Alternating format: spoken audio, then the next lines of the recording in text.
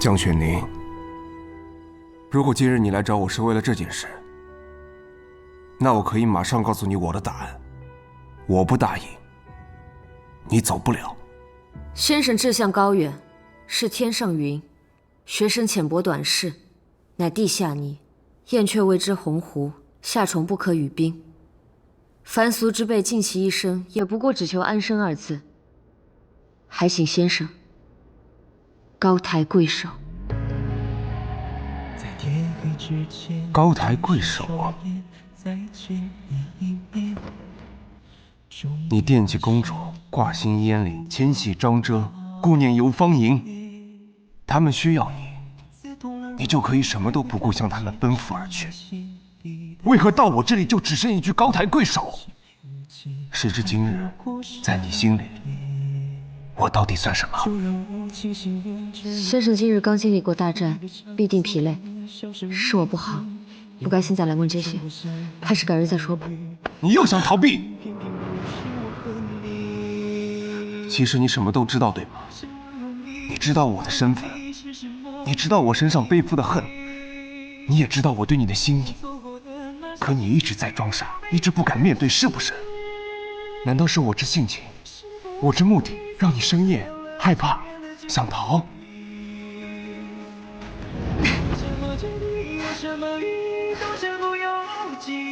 我对你本就毫无心意可言，你让我面对什么？你说我让你面对什么？你是觉得我真有那么蠢，还是说觉得自己藏的真有那么好？若当真毫无心意，几度生死为何不起？你敢指着自己的内心再说一次？当真毫无心意？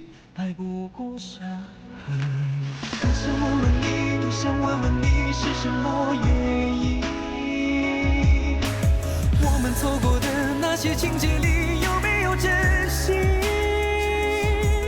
你就这般怯懦，这般胆小，试都不肯试上一次，就要当临阵逃兵，就像你对张遮那样。你我之间的事，提他做什么？那你告诉我，为何不敢面对？面前就是无底深渊，明知跳下去会粉身碎骨，难道还要纵身往下一跃吗？跳了又怎样？疯子才会跳！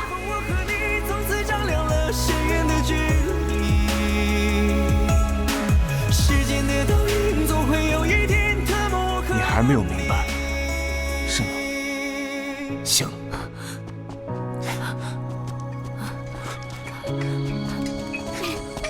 你放开我！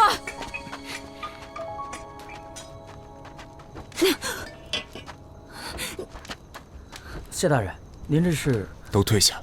是，走。放开！谢娟，你究竟要做什么？江雪宁，我要让你认清你自己。你曾经跟我说过，白贫有戏不可弥合，但这套说辞在我这里根本就是自欺欺人的蠢话。你以为你自己有资格当那一片白纸吗？啊？你看看这个，你同我不过就是这熔炉里翻滚的铁浆罢了。你的身世我知，我的遭逢你晓。生来老天就没给你我当孱弱废物的机会，必要受千般煎熬，万般锤磨，才能成个模样。白贫有戏，不可弥合。但倘若你生来只配当块铁，你就该知道，你本就没那么脆弱。便是被打断了骨头，也要重入炉中淌血忍辱，铸成新的模样。谁爱你，谁重你，谁又需要你？人活于世，你不如我明白，既要痛快，不痛怎能快？处处只想得其快，避其痛。你活着跟阴沟烂渠里的蛇虫鼠蚁有什么分别？这天下如你谢微之人能有几何？我不是你，所以你这般懦夫，才不配同张遮在一起。要么是他看穿了你，要么他也与你一般，愚不可及。你闭嘴！怎么了？痛了？逃啊！随你逃到天涯海角，但我告诉你，无论你逃到哪儿，我都能找到你。谢居安，世间事并非强求就能有结果，不过是互相折磨。苦果亦是果。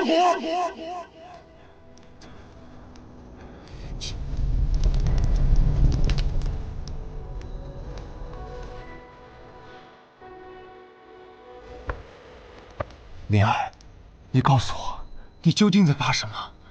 你到底在怕我什么？倘若你杀过我呢？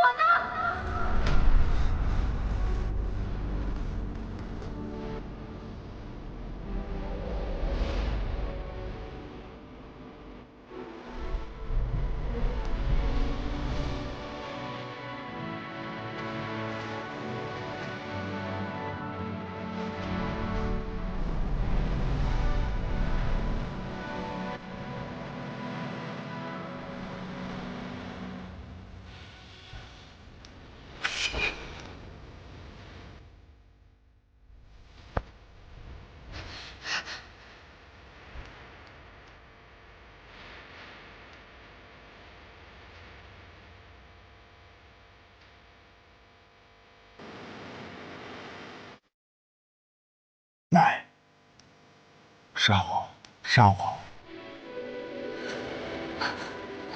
你放手！你疯了！你放手！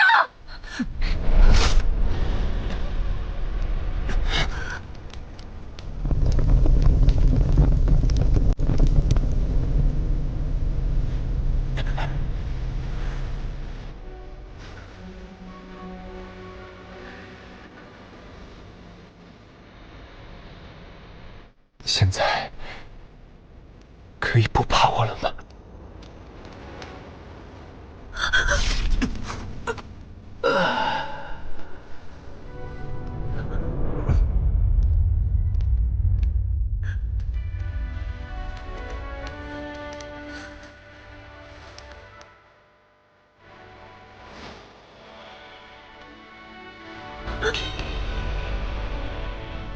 谢居安，你真是个疯子！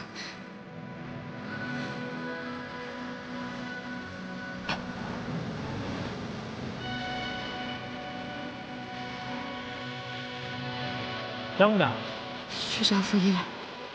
啊？先生，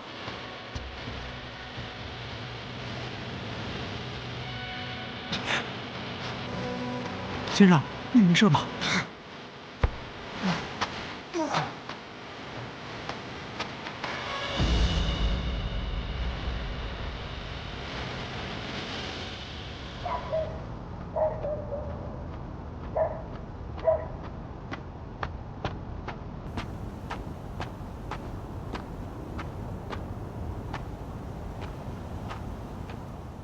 你呢？你千里迢迢随他来，对他又是什么心意？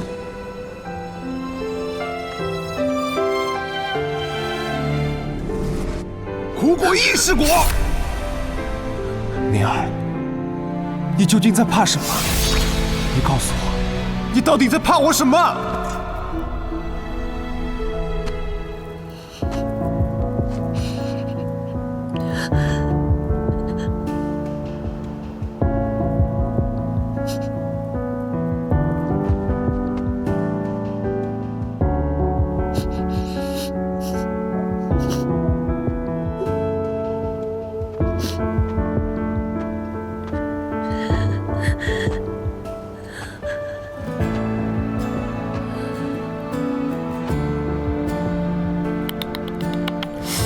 姑娘，您这是红鸾星动，看起来面泛桃花呀，不如让我给你算上一卦。抱歉，我不信这些。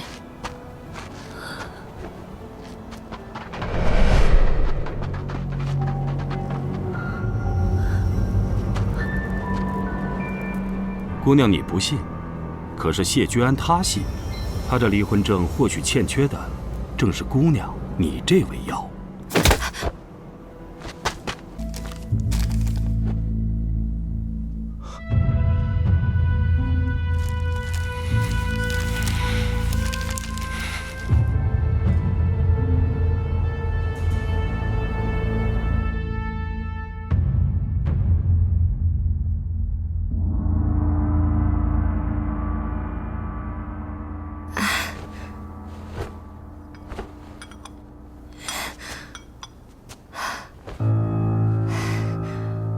江儿姑娘，你醒了？你中了迷药，我建议你啊，乖乖坐着静养，莫要乱动。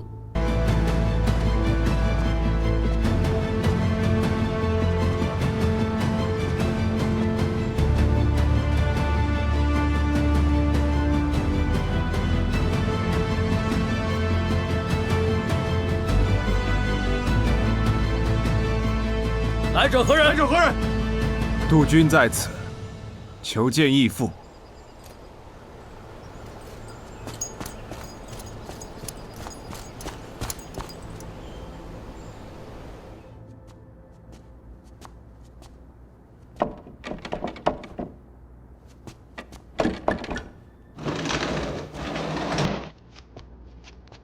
王爷，请江姑娘过去。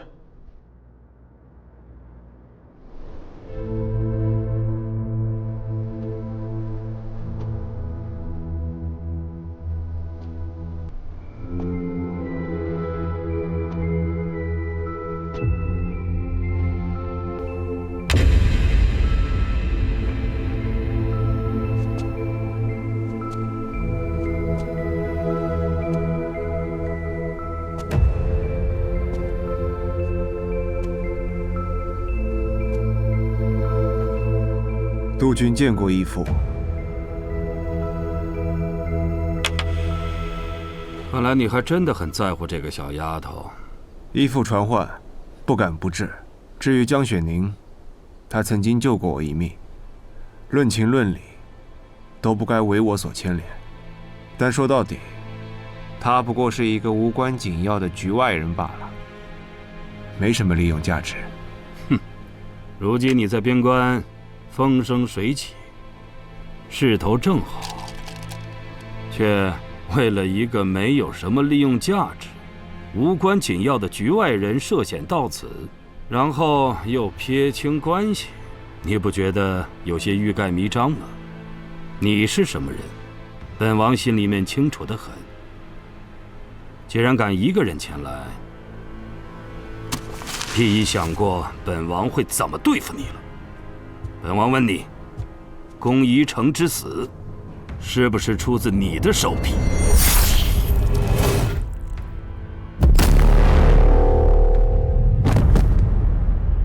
义父心中应该早有答案了。我要听你亲口告诉我。他在京中太过招摇，引起了朝廷警觉。若不杀他，我们苦心经营多年的一切都会毁于一旦。我是逼不得已。那为什么通州一役之前，本王没有从你那里收到任何的消息？如今你站在本王的面前，还敢撒谎？义父，督军所言句句属实。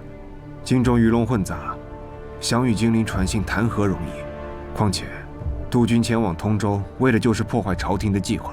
这途中还险些暴露身份，只可惜最终阻止不及。但我心忠诚，一如往昔。好一个一如往昔！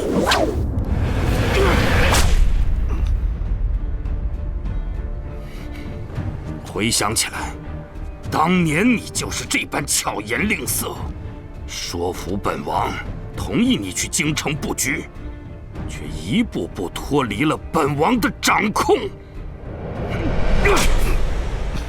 叶薇，你可别忘了，当年是谁逼得你们母子分离？是谁在城门之上要取你性命？又是谁在尸身火海中饶你不死？这么多年来，本王悉心栽培你，可是没想到，本王竟培养出一大祸患。如今，连大越之局都被你给毁了。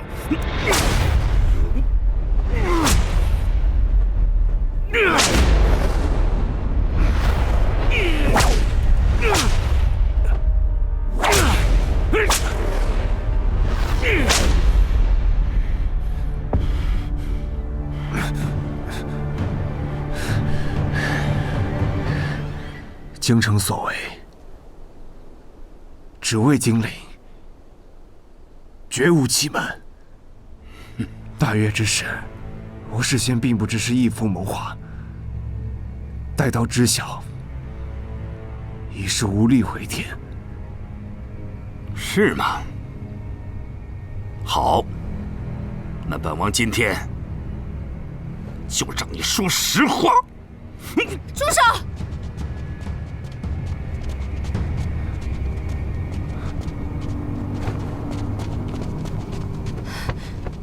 可有受伤？你真的疯了，你不该来的。我不能让你一个人在此。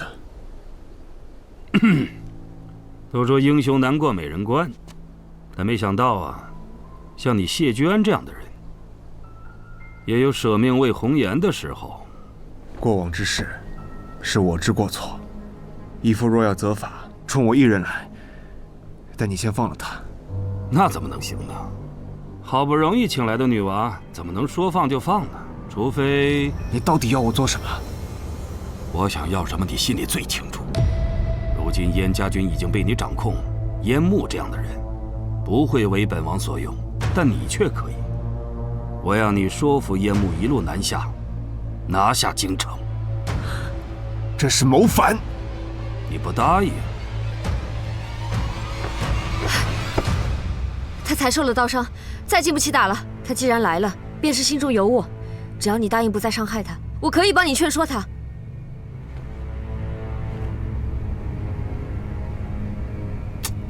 你瞧瞧，啊，人家江二姑娘可比你有情有义多了。谢薇，只要你助本王成事，你我仍是父子。但我夺了这江山，整个大钱还是咱父子俩说了算。但倘若你不顾父子之情，忘恩负义，那这江二姑娘能不能活过今日？别碰她！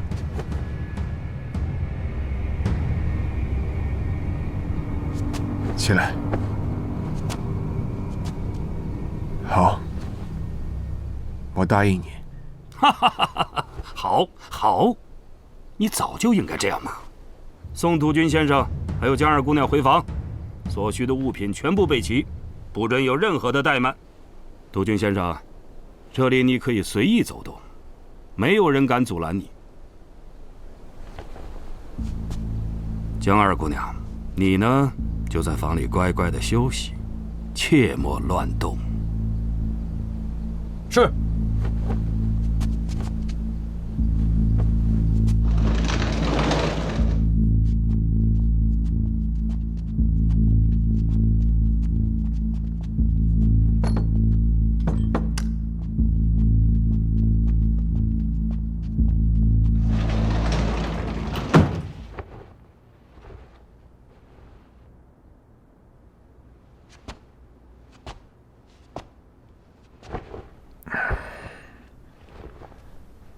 我就知道，你方才都是演戏给平南王看的。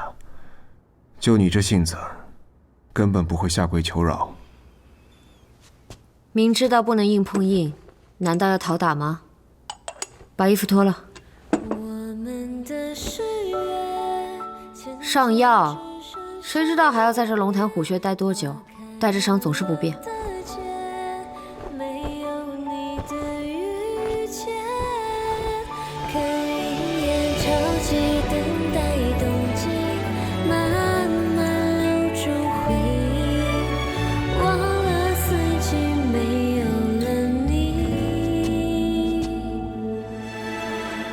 吹很起，吹落花开满一地，吹动我心。只要你不来，他们留着我也无用。回头我再使些补助流的伎俩，给那老贼放一些京中的假消息，没准可以因祸得福，既逃脱了你的掌控，又能得了自由。你倒好，孤身前来，谁要你救了？你自己的命事小，可吕显、剑叔他们呢？还有那些燕家军，你让他们怎么办？你在关心我，你还是在意我的，是不是？都什么时候了，你还想这些？你自己涂吧。渐渐只剩想念，花开满了的街，没有你的遇见。方才平南王所提之事，你怎么考虑？你不会真的要让燕家军南下吧？我不信你毫无准备就来了。每一次，你总有自己的谋局，永远一步多算。这次孤身入归依，除了要救我，你还有什么打算？起复燕家，与大越开战。朝中必然已收到消息，而如今朝中的局势，只会比我们想象的更糟。我必须要赶在朝廷做决定之前，除掉平南王，用他的人头做燕家的军功。只有这样，才能消弭圣上的怒火和朝中的弹劾。所谓的擒贼先擒王，先前在边关，我们还猜测薛定妃已经被平南王控制了，也不知道有没有把他带过来。若是有，或许还能多个帮手。怎么了？不只是薛定妃，小宝也被抓来了。可小宝他被平南王杀了，他是为了保护我，可我却没能护住他。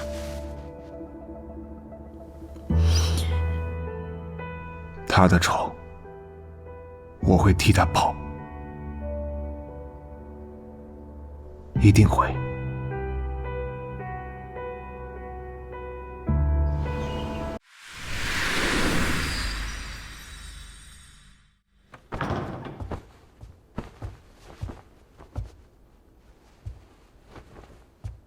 看在你受伤的份上，我把床让给你，我怕桌上凑合凑合。不必了。你若不愿与我同床，我睡地上便可。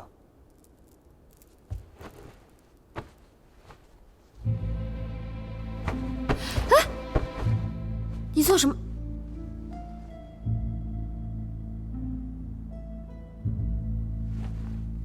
什么人？平南王派来盯梢的人。盯什么梢？你觉得平南王为何将你我二人关在一起？为何？平南王此人，信的是情由欲生。今日你我在他面前的表现，已让他觉得你我之间的确有点什么。但如果我们孤男寡女共处一室，却什么都不做，你认为他还会信吗？只会让他觉得我根本无心缠绵，只是在思忖着如何对付他。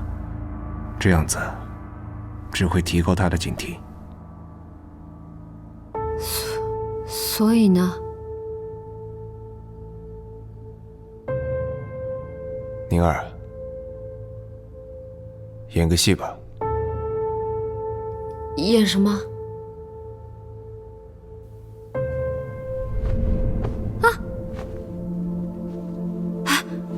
就是这样。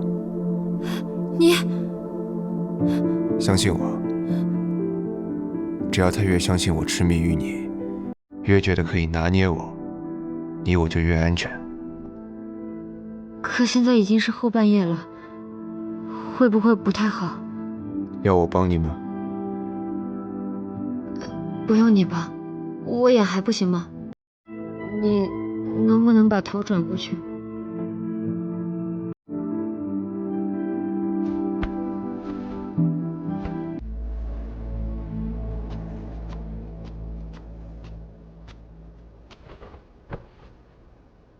给前线的消息都已经传出去了，燕灵应该能赶在端午之日来攻。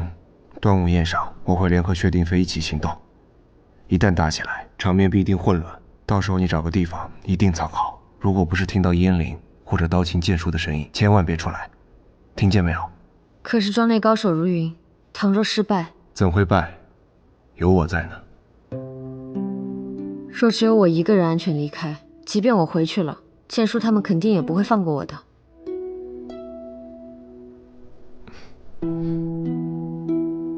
你是在担心我？你忘记自己说过的话了吗？谢居安或恐不会赢，但永远不会输。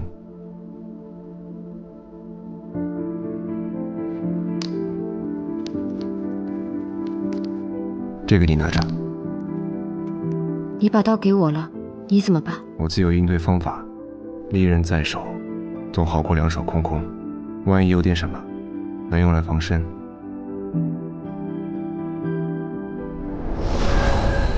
谢大人命奴将此物送来给娘娘。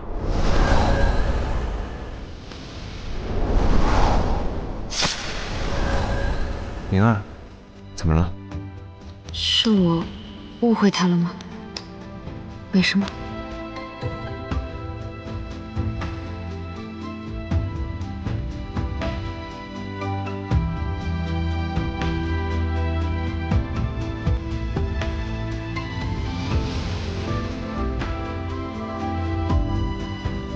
放心，一定安全带你们回家。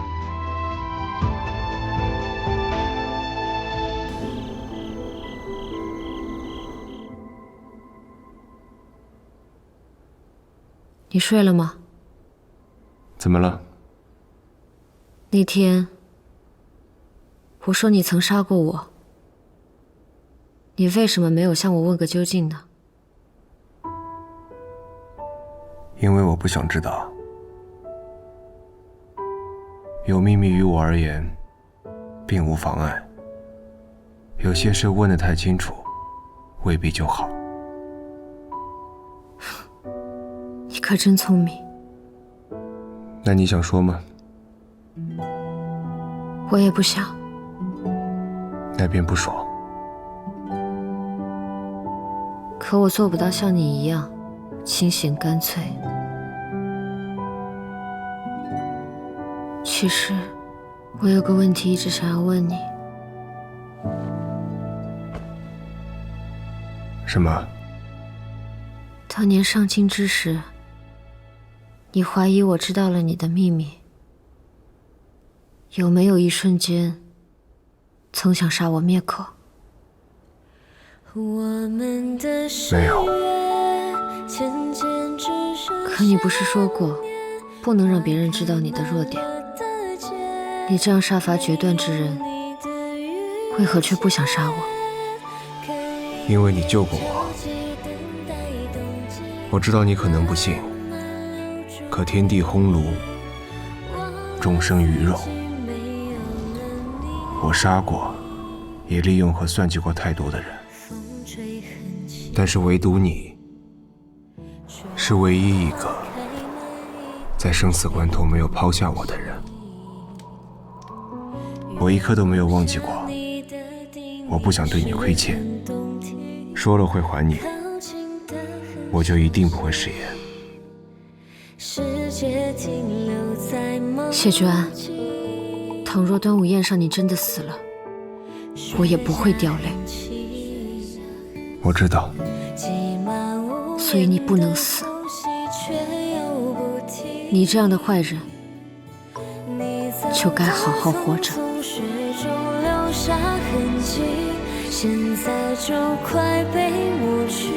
好。扰乱了我的语气。多喝点啊！给我倒上。干一个，干一个。好酒，好久没这么喝过。今天气啊！好酒。好啊。来。好耶，好耶。德军，吃啊，吃！来。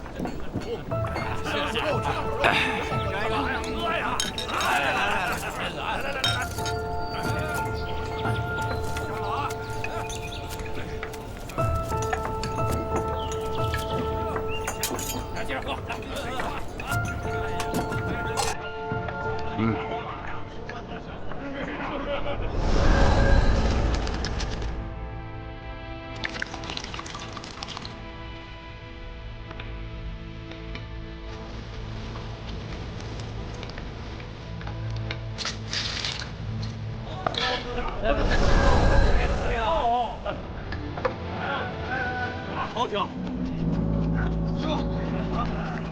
大日子没跟你辛苦这么好。肉，再来一个，再来一个。这个肉不。诸位，在场的各位，都是跟随本王多年，一起出生入死的好兄弟。筹谋20载，我们大业将成。诸位功不可没，本王敬各位一杯。这天下，每一个人都有份。本王说到做到。好，谢王爷，谢王爷。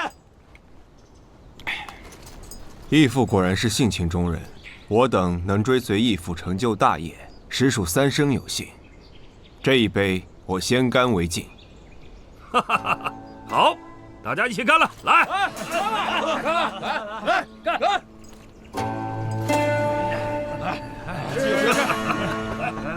来，起誓！诸位，其实今日我还准备了一个节目给大家助兴。来人，把江雪宁带上来。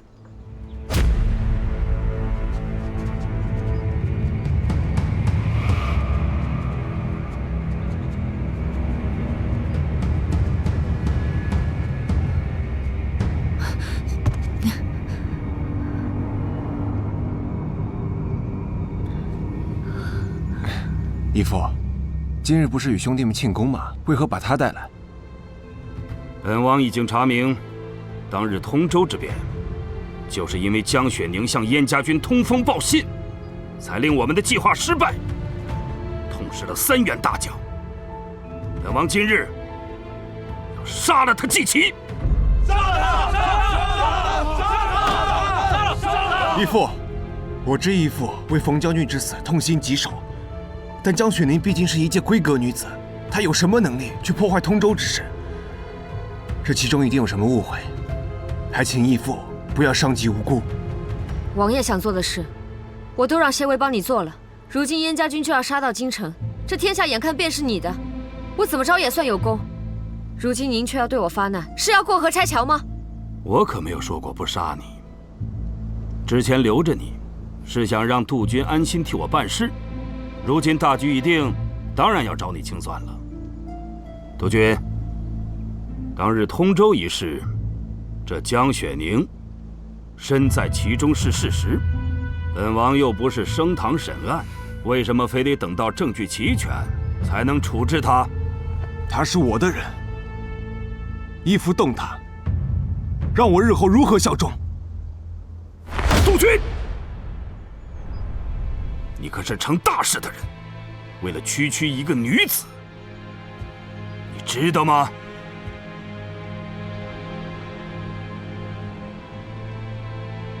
好，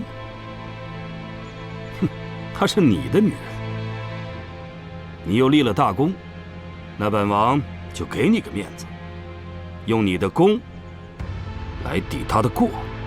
她可以不杀，但是必须接受惩罚。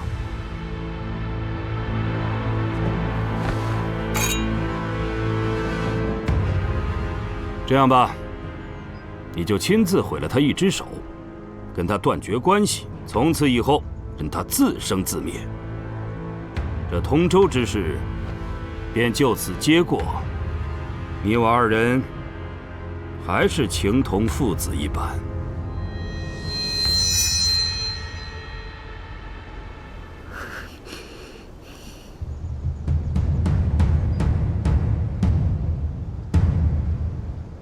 你想护着他，你可别忘了，按照金陵的规矩，如果你不动手，那这把刀就会落在你的身上。想清楚了。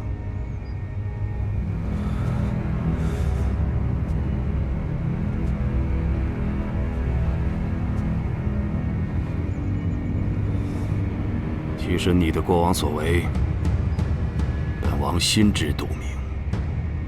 你为情爱单枪匹马来救人这件事，我早就已经开始怀疑，这一切都太顺利了，顺利到让本王觉得这背后必有阴谋。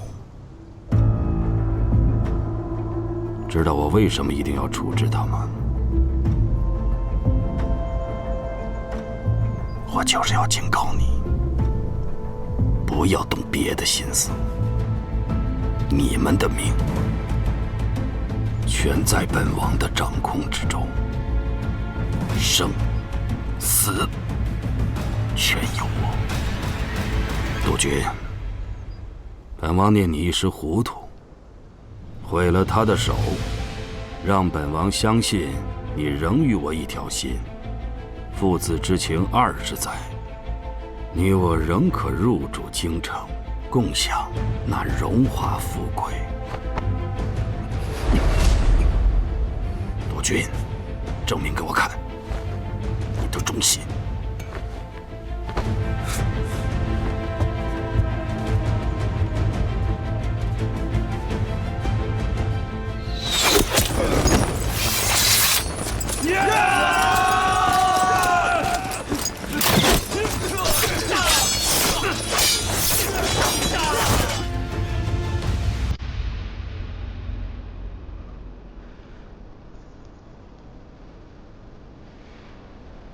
谢绝安，不过就是一只手，你要动手便动手。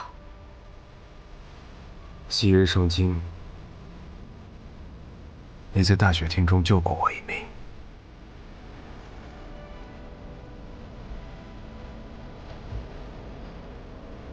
我还欠你一条命，你还记得吗？够了，杜鹃，你是不舍得吗？这天下和女人，孰重孰轻？本王数3声，若是你再不动手，那本王就……不用数了，我选好了。不要！不要！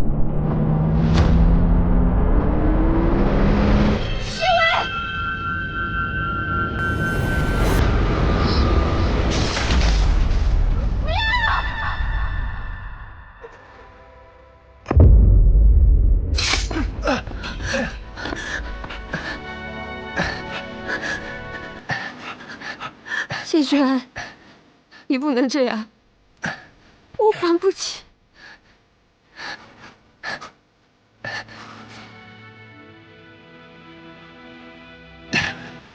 那这样不是更好吗？从今往后，还你欠我的。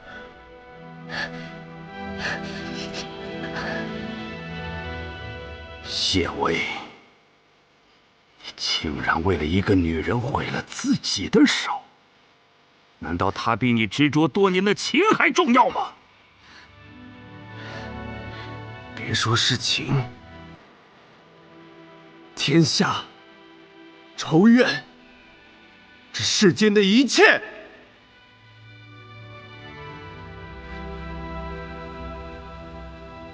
都不如他。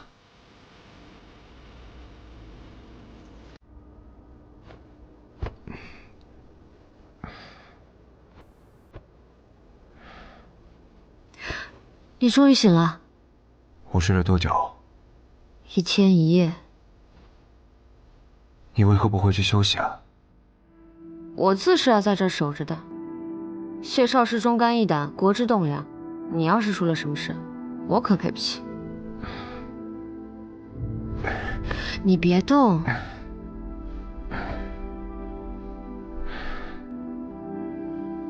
好好一双抚琴的手，偏不珍惜。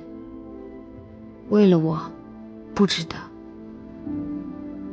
其实我自幼就不善学琴，只是平素性子要强罢了。我母亲从前跟我说过，这个世上本没有不善之事，怕的是苦心人。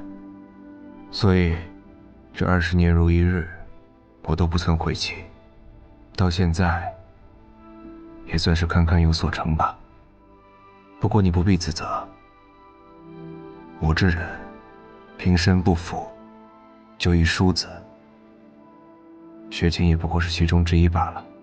你越这样，我心里就越不好受。我倒情愿你骂我，恨我。不过是一时谈不准调罢了。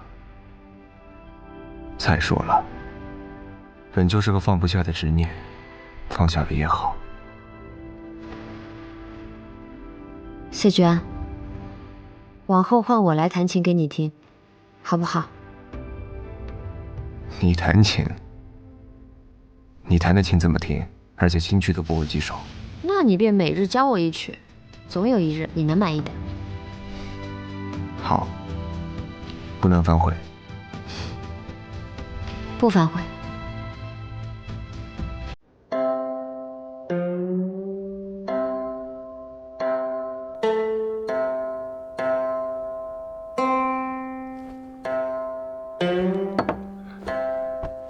你能不能至少给我弹对一个音？我都弹了几个时辰了，手指早没了知觉，哪里还感受得到琴弦？就你这3天打鱼2天晒网的架势，学到7老8十，也未必能学到我7、8分。行了，今日就到这里。坐过来。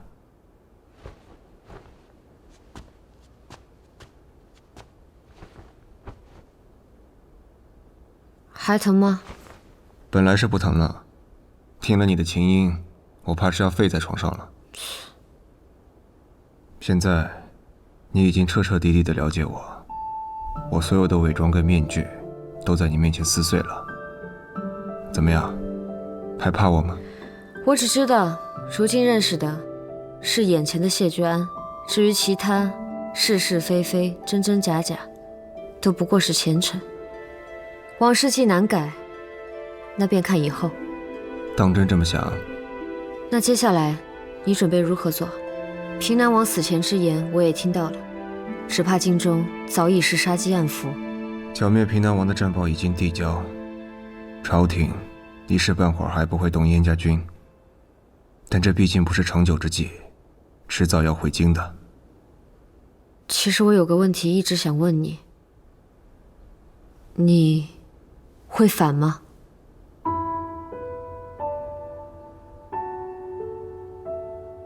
你为何如此在意这个问题？我就是担心燕陵跟着你卷入危险，我也不愿看到公主生气。仅是如此？那还能因为什么？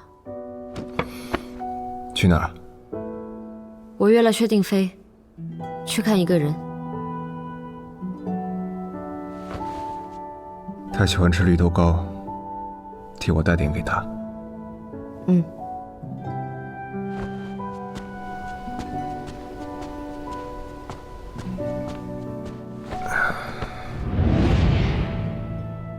平安归来就好。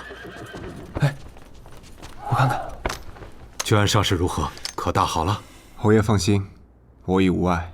谢觉安，你挺行啊，谁让你用这种不要命的打法的？你能不能惜命些？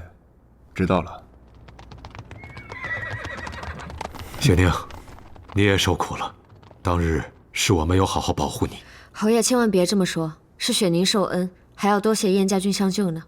此次剿灭平南逆贼，我已上报朝廷，严明一切。相信圣上对我等出兵之事会有所体谅。报，将军，圣上特使张遮大人到了。该来的总会来，那边看看究竟有何圣意。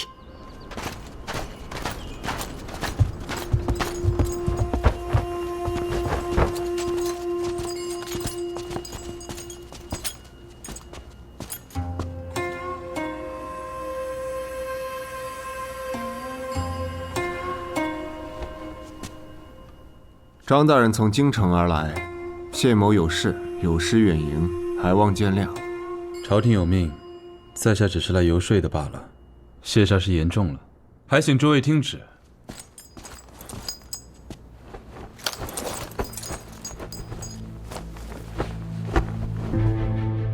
奉天承运，皇帝制语曰：边关大捷，朕心甚远。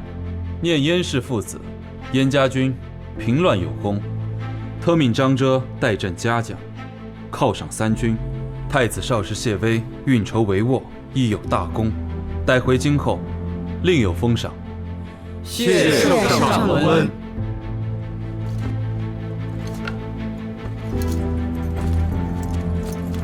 燕将军，圣旨上只有一半圣意，另一半圣意，圣上则是口谕。圣上希望谢少师与燕世子送公主回京城，一并入宫觐见。届时无论有何冤屈苦衷，皆可向圣上当面陈明。至于燕家军，就此回去边关，继续为大前驻守边境。圣上用心良苦，还望大家莫要辜负才好。圣上的旨意，我等自然遵从。只是谢某的伤害未痊愈，若要动身，也并非这一两日之事，还请张大人在禹州稍作停留。张大人远道而来，一路辛苦了，先留下休整几日吧。在军中多有不便，我也在禹州城备下一处地方，供大家暂住。公主殿下已住在其中，不如大家也先入城安顿，有什么事都可以从长计议。也好，那就有劳燕将军了。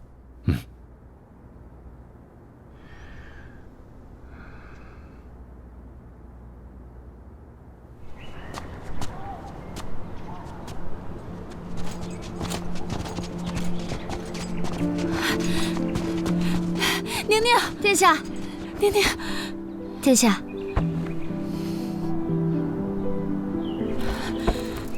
你吓死我了！没事了，殿下，我这不是好好的回来了吗？以后出去一定要带足护卫，千万别一个人乱跑。知道了。刑部张遮参见殿下。张大人，下官奉皇命而来，除了传达犒赏旨意，圣上也希望公主殿下能够尽早平安回京。大家一路劳顿，还是先去休息吧，公事可以慢慢谈。是啊，不急于这一时，府中下人皆备，有什么需要随时吩咐便是了。我会再增派些燕家军守卫此处，大家可以安心暂住。来，走。宁宁，你快跟我说说，这一路你都经历了什么？三言两语哪里说得清楚？那我们就彻夜长谈，节后重逢，我有好多话想跟你说呢。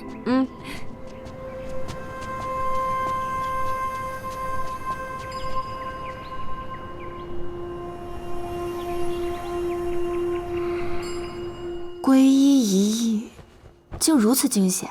世上许多事就像在赌，但幸好这次运气在我们这边。宁宁，答应我，以后一定要好好的。好，我答应你。圣上旨意已至，或许就快回京了。殿下高兴吗？乐阳长公主早在离开京城时就已对亲缘死心，如今大越已平，北京得安，她也完成了她的使命。现在的我是神旨意，我已经受够了皇家的虚伪。若是可以，我再也不想回到那座牢笼之中。你呢，宁宁？接下来跟谢先生准备怎么办？他对你的心意，我不予置评。我只是有些担心，你性本自由，可谢先生却相反。他步步为营，处处算计，喜欢上这样一个危险的人，会很累的。你可当真想好了？若是能够轻松的活着，谁又会去选择一条荆棘遍布、杀机四伏的路呢？殿下不知道，他这一路走来，很无奈，也很不易。旁人敬他、为他，可我却有些心疼他。我没想好未来该怎么走，我只知道，不想再让他孤身一人。你陷进去了。是啊，我陷进去了。殿下可有办法拉我一把？哎，你问我呀？要我说呀，这世上最好真的有忘情水，一喝下去便什么都忘了。无情则无忧。可他那样一个人，让我怎么去忘掉？殿下，我有时候在想，我是不是做错了？怎么突然这么说？曾经，我走错过一条路，做错过许多事，也落得了应有的下场。后来终于有机会，便想尽力去改变，去弥补，一步步走到现在。虽然好像挽回了一些，可我却有些害怕。害怕什么？一直以来，我都在用我自己以为好的方式去改变，但我认为的好，对他们来说，是不是真的好呢？万一他们本来还有更好的路可走呢？你呀，就是太多想了，想这个想那个，反而把自己绕进去了。宁宁，你要相信自己，相信一切就是最好的安排。要相信自己，也要记得活在当下。殿下，你才是真聪明。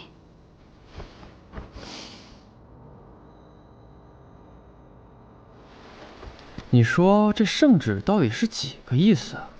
真要回京？兵事已起，就算是圣上要招安，薛院也绝不会同意。无论回不回京，这薛氏一党必然会有动作。那不如直接举清君侧的旗号，率兵回京，灭了薛氏一党。如今朝野本就怀疑我们的用心，若举此旗，极易被反误成借机叛乱。这样下去，只会使局势变得更糟。不到万不得已，千万不能有。先生，您要的新琴买来了。今天宁儿怎么还没来学琴？江姑娘昨夜与公主彻夜长谈，许是精神不佳，我一会儿问问她去。既然你要会佳人，那我就告辞了。你有没有想过，你那江二姑娘这琴学不好，可能不是琴的问题，你换个琴也没用啊。我若好好教，她必定能学会；她若学不会，一定是我的问题。你看这忽短忽的啊？怎么，你有意见？没啊，当然没。告辞，告辞。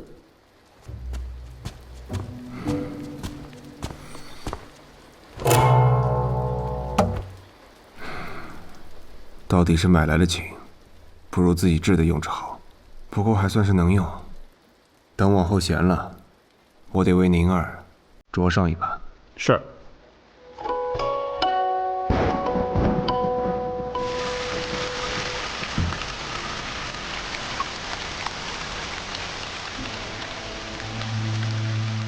他孤身前来，看似算无一策，早有布局，实则以身犯险，孤注一掷。他所有的疯狂和冒险，都是为了你。现在，你已经彻彻底底的了解我，我所有的伪装跟面具，都在你面前撕碎了。怎么样？你现在还怕我吗？宁宁，你要相信自己，也要记得活在当下。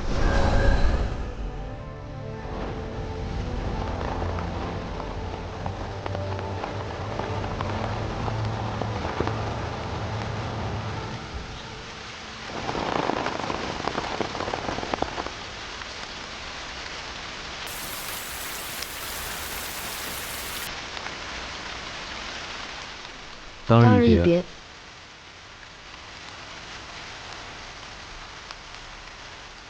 当日自林子王府一别，已是许久了，你还好吗？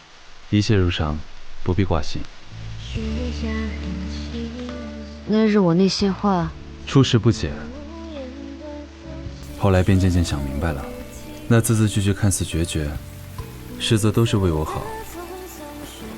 张某在此谢过姑娘。哎，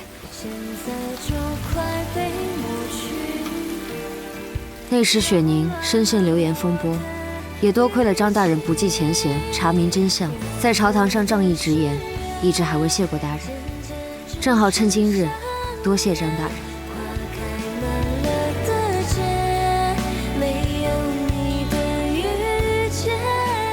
张大人曾说过，最喜观雨，想必今日该是欣喜。雨也有不同，滂沱暴雨直落而下，冲击太大，人也是会难受的。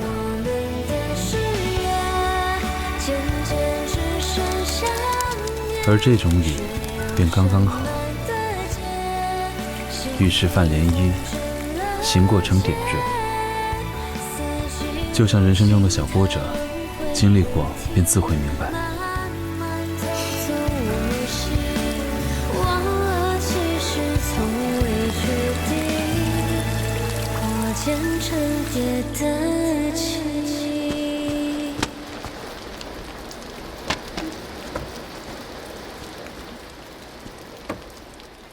问过他了吗？什么时候来？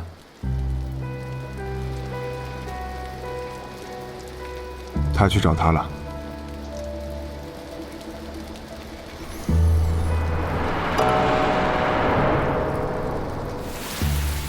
先前听江大人说你回乡常住，没想到你竟是与谢少师和严家军在一处。此事眼下京中还不知，但你若继续随军，想必隐瞒不了多久。届时江家会如何，谁都无法预料。你是说，朝廷有可能会控制江家作为筹码？如今大秦西北尽在谢燕之手，也有数万重兵控守禹州，距京城仅一步之遥。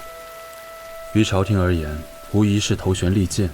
若继续僵持，真到万不得已之时，恐怕朝廷不会放着江家不用。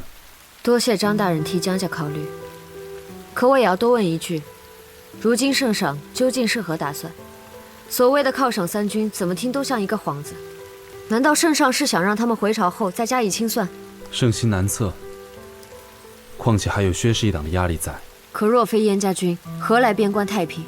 若非谢威舍命周旋，何以斩杀平南王？如今内忧外患皆被平定，圣上若是想要过河拆桥，岂非令天下忠良寒心？谢威他们所做的一切，都是为了大钱和圣上，绝非私欲。你说的这些我都知道。谢威一心筹划想要铲除薛家，我也知道。可薛家千错万错，也该由刑部来审判，此为法度。而谢威如今的做法，无异于拥兵自重，威胁朝廷，身上有所戒备，也是情有可原的。你并非是他，若你经历他所经历的事情，未必还能说出这样的话。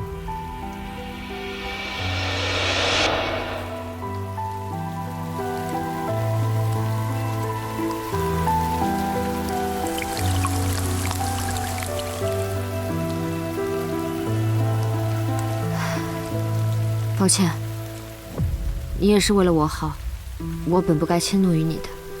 无妨，我只是希望谢少师与燕家能够尽快做出决定，回京面圣。只要他们回京，朝野上下便能看到他们的忠心和诚意。圣上肯定也不会故意刁难他们。时候不早了，雨景虽美，毕竟风寒，还是莫要贪恋。早些回去吧。江姑娘，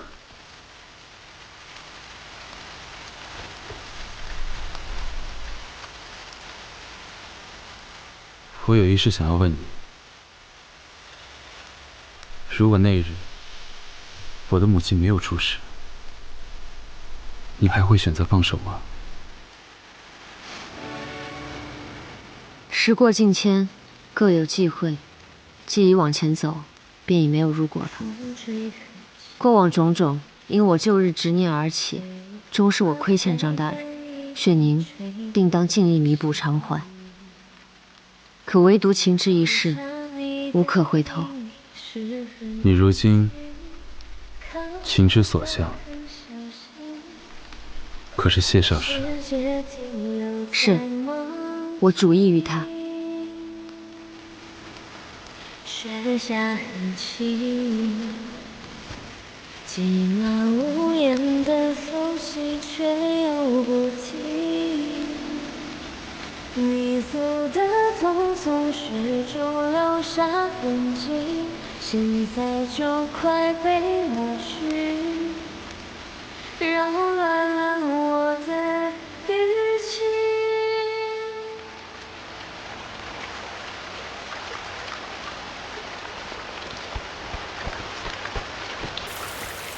江姑娘，先生请你过去。什么事？